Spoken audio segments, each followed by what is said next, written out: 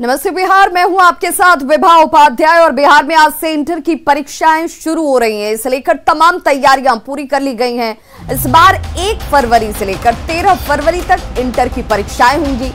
इस साल 13.5 लाख से ज्यादा परीक्षार्थी इंटर की इस परीक्षा में शामिल हो रहे हैं। कोरोना गाइडलाइंस के बीच ये तमाम परीक्षाएं होंगी और ऐसे में वो तमाम गाइडलाइंस भी जारी हैं जिनका पालन अनिवार्य है। जिले में 4 मॉडल केंद्र बनाए गए हैं और सभी परीक्षार्थियों को मास्क अनिवार्य किया गया है। सभी जिलों में छात्राओं के लिए ये 4 मॉडल केंद्र है और हर 25 परीक्षार्थी पर एक वीक्षक की प्रतिनियुक्ति की गई है। सभी परीक्षा केंद्रों की वीडियोग्राफी के साथ ही सीसीटीवी कैमरे से निगरानी रखी जाएगी और साथ ही साथ परीक्षार्थियों को परीक्षा शुरू होने से 10 मिनट पहले परीक्षा केंद्र पर पहुंचना अनिवार्य किया गया है। पहली पाली की परीक्षा आज 9:30 बजे से शुरू होगी।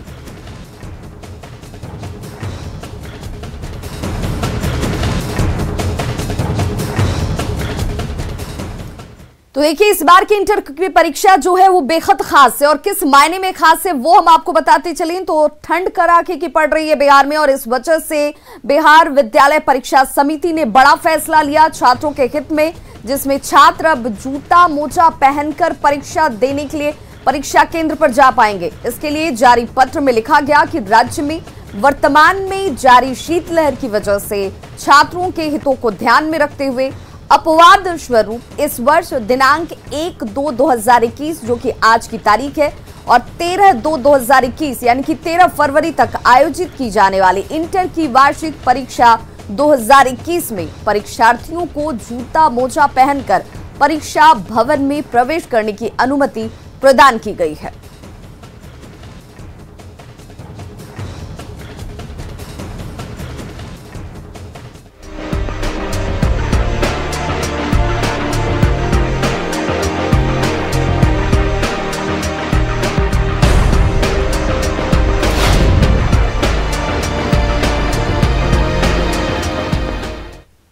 और देखिए, कोरोना वायरस की वजह से लगी तमाम पाबंदियां अब धीरे धीरे खत्म हो रही हैं। आज से खुशियों की गाइडलाइंस की शुरुआत हो रही है। 5 बदलाव की बात जो सामने है इस वक्त आपके टीवी स्क्रीन पर। 100% क्षमता के साथ सिनेमा हॉल खुल जाएंगे। सभी के लिए स्विमिंग पूल खोलने की इजाजत दी गई है। बंद जगहों पर समारोह में 200 लोगों को अनुमति दी गई है। आज से सभी के लिए मुंबई लोकल ट्रेन की सेवा बहाल कर दी गई। IRCTC की कैटरिंग सेवा भी आज से दोबारा शुरू कर दी गई है। ये तमाम वो गाइडलाइंस हैं जो धीरे धीरे अब सामान्य की तरफ बढ़ते हुए। और अब बात आम बजट की, जिससे लोगों को काफी उम्मीदें हैं।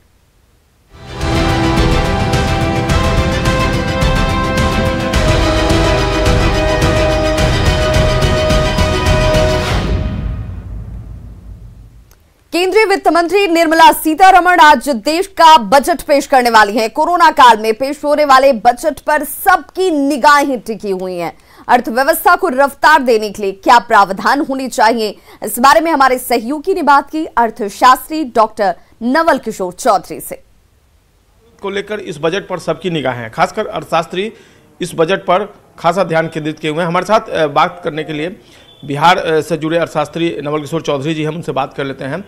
इस बार का जो बजट है इस पर किस तरीके से इसको देख रहे हैं, क्योंकि ये बजट काफ़ी महत्वपूर्ण माना जा रहा है कोरोना को देखते हुए। कोरोना के कारण अर्थव्यवस्था के विकास की दर निगेटिव हो गई है, ऋणात्मक हो गई है और इस संभावना के साथ कि 11 पॉइंट समथिंग ग्रोथ रेट होगा, जो कि पीछे बहुत चली गई थी, इसलिए अभी भी अर्थव्यवस्था संकट के दौर से गुजर रही है। इस संकट से कैसे उबारा जाए, ये वित्त मंत्री की बड़ी चुनौती होगी। उनके सामने 2-3 सवाल बहुत ही महत्वपूर्ण हैं। एक कि विकास दर को कैसे तेज़ी से बढ़ाया जाए जिससे कोरोना काल के पूर्व की आर्थिक स्थिति प्राप्त हो जाए। दूसरी बड़ी चुनौती उनके सामने है रोजगार का सृजन कैसे हो। जैसे बड़े पैमाने पर जो बेरोजगारी हुई है कोरोना काल में, संगठित और असंगठित दोनों क्षेत्रों में, उसे कैसे रेस्टोर किया जाए एम्प्लॉयमेंट को कैसे रिस्टोर किया जाए, बेरोजगारी कैसे समाप्त की जाए, ये दूसरी बड़ी समस्या है। तीसरी बड़ी समस्या उनके सामने है कि कृषि संकट, जिसका एक रूप आप देख रहे हैं किसान आंदोलन के रूप में, उसे कैसे दूर किया जाए। कोरोना संकट में कई लोगों की नौकरियां छीन गई है, लोग आर्थिक कह सकते हैं कि संकट के दौर से गुजर रहे हैं। ऐसे में एक परिवार के लिए इस बजट में क्या लगता है किस तरह का प्रावधान होना चाहिए? हाँ, और उसके दो पक्ष हैं। एक तो मध्यम वर्ग प्रभावित हुआ है, उसकी आय छिन गई, रोजगार छिनने का मतलब आय छिन गई, उसके जीवन स्तर पर बुरा असर पड़ा है। तो उनको दो तरह से मदद करने की ज़रूरत है। एक तो टैक्स में रिबेट हो जो इस वर्ग को राहत सीधे पहुँचे, और दूसरा है कि डायरेक्ट पब्लिक एक्सपेंडिचर बढ़ा जाए, जैसे public health and public education. इस पर मध्यम वर्ग को बहुत खर्च करना पड़ता है, तो कैसे उसमें राहत पहुंचाई जाए, ये बड़ी समस्या है। और यह सिर्फ मध्यम वर्ग को लाभ पहुंचाने वाली ही योजना नहीं है, यह अर्थव्यवस्था की विकास की दर को बढ़ाने के लिए भी जरूरी है। तो देखिए, हर वर्ग को केंद्रीय वित्त मंत्री से उम्मीदें हैं और रोहतास के लोगों को डालमिया नगर इंडस्ट्री के उद्धार की उम्मीद है। डालमिया नगर उद्योग समूह 1984 में बंद हो गया था। यहां चीनी, वनस्पति, केमिकल, यूरिया, सीमेंट और कागज की फैक्ट्रियां थीं, लेकिन राजनीतिक उदासीनता की वजह से सभी फैक्ट्रियां बंद हो चुकी हैं। की हैसियत से मैं ये बोलूंगी कि 1984 में डालमिया ग्रुप ऑफ इंडस्ट्रीज जब बंद हो गया तो पूरा शाहाबाद डिवीजन इससे प्रभावित हुआ और आधा औरंगाबाद जिला भी प्रभावित हुआ। पूरे 36 साल बीत गए और हर इलेक्शन में, जब से ये बंद हुआ है तब से हर इलेक्शन में ये नेताओं का मुद्दा रहा है। यूं कहें कि ये झुंझुना रहा है नेताओं का, पब्लिक को दिखाने का कि हम इसको स्टार्ट करा देंगे। रेल बजट से प्रति वर्ष हम उम्मीद करते थे, खास तौर पे डालमिया नगर उद्योग समूह जो परिसमापन के बाद रेलवे ने लिया, और यहाँ की जनता को, क्या पूरे जिले की जनता को ये उम्मीद होती थी कि हर रेल बजट में यहाँ के लिए कुछ न कुछ होगा। लेकिन विगत कई रेल बजटों में भी कोई एलोकेशन रोहतास इंडस्ट्री जो रेलवे कपलर और वैगन रिपेयरिंग के लिए लिया गया था, उस पर कोई एलोकेशन नहीं आया, जिससे कुछ भी काम आगे बढ़ नहीं पा रहा है। सियासी हलचल के बीच आरएलएसपी अध्यक्ष उपेंद्र कुशवाहा मुख्यमंत्री नीतीश कुमार से मुलाकात करते हैं और दोनों के बीच तकरीबन आधे घंटे तक ये मुलाकात चली। इस दौरान जेडीयू नेता वशिष्ठ नारायण सिंह भी मौजूद रहे।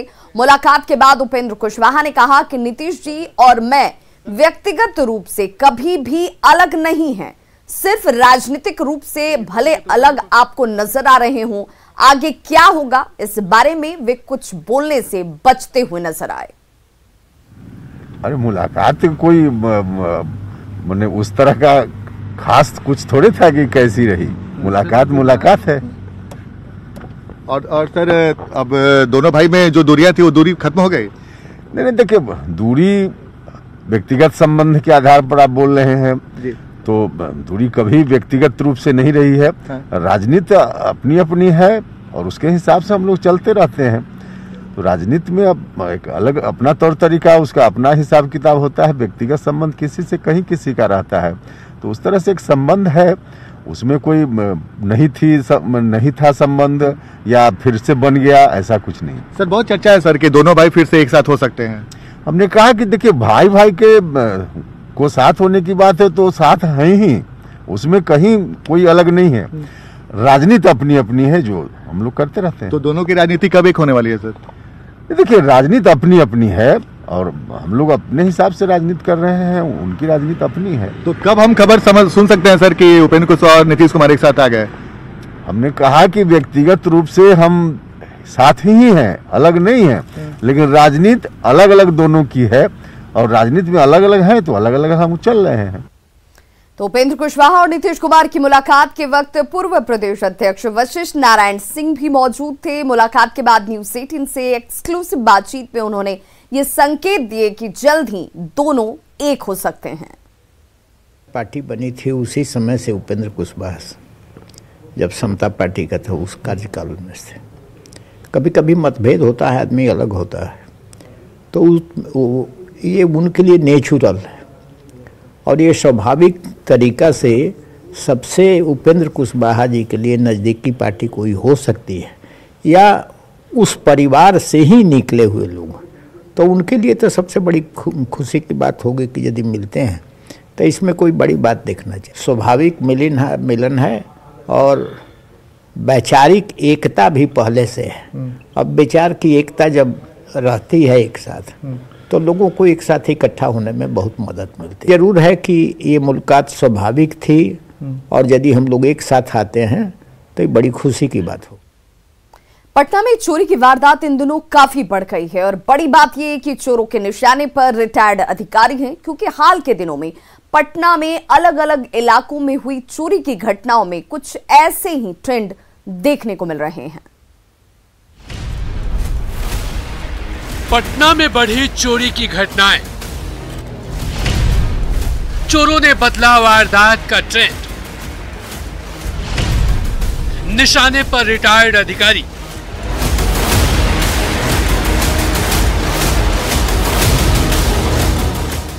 ये है कमल नयन प्रसाद सिंह। साल 2013 में ये सीआईडी से बतौर डीएसपी रिटायर्ड हुए हैं। बीते 24 जनवरी को इनके घर चोरी की बड़ी वारदात हुई।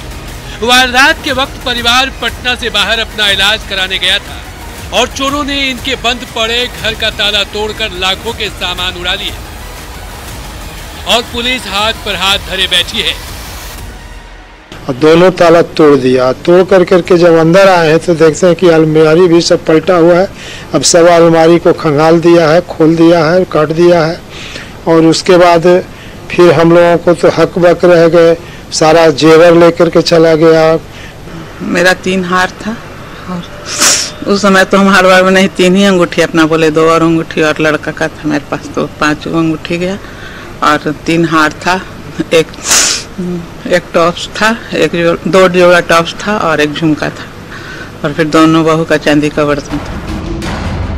लंबे समय तक बिहार पुलिस में अपनी सेवा दे चुके पूर्व डीजी एसके भारद्वाज भी कहते हैं कि चोरी का यह नया ट्रेंड बेहद खतरनाक है। साथ ही पटना पुलिस पुलिसिंग के पुराने ट्रेंड को भूल गई है, जिस कारण चोर या दूसरे अपराधी बेहद शातिर हो गए। ये काफी खतरनाक ट्रेंड है। मतलब लगता है कि चोरों को जानकारी है कि सेवानिवृत्त पदाधिकारी या जो सेवारत पदाधिकारी उनके पास पैसा है। दूसरी बात यह है अभी जो मॉडर्न पुलिस ऑफिसर्स हैं वो पुरानी जो रणनीति है अनुसंधान की उसको भूल गए हैं। कमल नयन प्रसाद सिंह ऐसे अकेले रिटायर्ड अधिकारी नहीं है जिनके घर को चोरों ने अपना निशाना बनाया है। ऐसे कई और अधिकारी और पूर्व अधिकारी हैं जिनके घर चोरों ने हाथ साफ किया है। पटना में शुरू हुई चोरी की इस नए ट्रेंड को लेकर के जब पटना पुलिस के आला अधिकारियों से हम बात करना चाहे तो एक भी पुलिस अधिकारी ऑन कैमरा कुछ भी कहने को राजी नहीं हुए। हाँ, इन आला पुलिस अधिकारियों ने यह कहते हुए अपना पल्ला जरूर झाड़ लिया कि इन चोरी की वारदातों का अनुसंधान जारी है। कैमरा पर्सन मनीष जुनेजा के साथ अमित कुमार, न्यूज 18 पटना। ब्रेक के बाद एक बार फिर से आप सभी का बहुत स्वागत है। पटना में भारी मात्रा में शराब बरामद की गई। उत्पाद विभाग की टीम ने बाईपास थाने से कुछ ही दूरी पर छापेमारी की, जहां से 4000 कार्टन विदेशी शराब बरामद हुई। इस मामले में 8 लोगों को गिरफ्तार किया गया है। पुलिस ने 3 ट्रक और 4 पिकअप वैन भी इस दौरान जब्त किए। जब्त शराब की कीमत तकरीबन 2 करोड़ रुपए आंकी जा रही है। पुलिस शराब माफिया और गोदाम मालिक का पता लगाने में जुटी हुई है।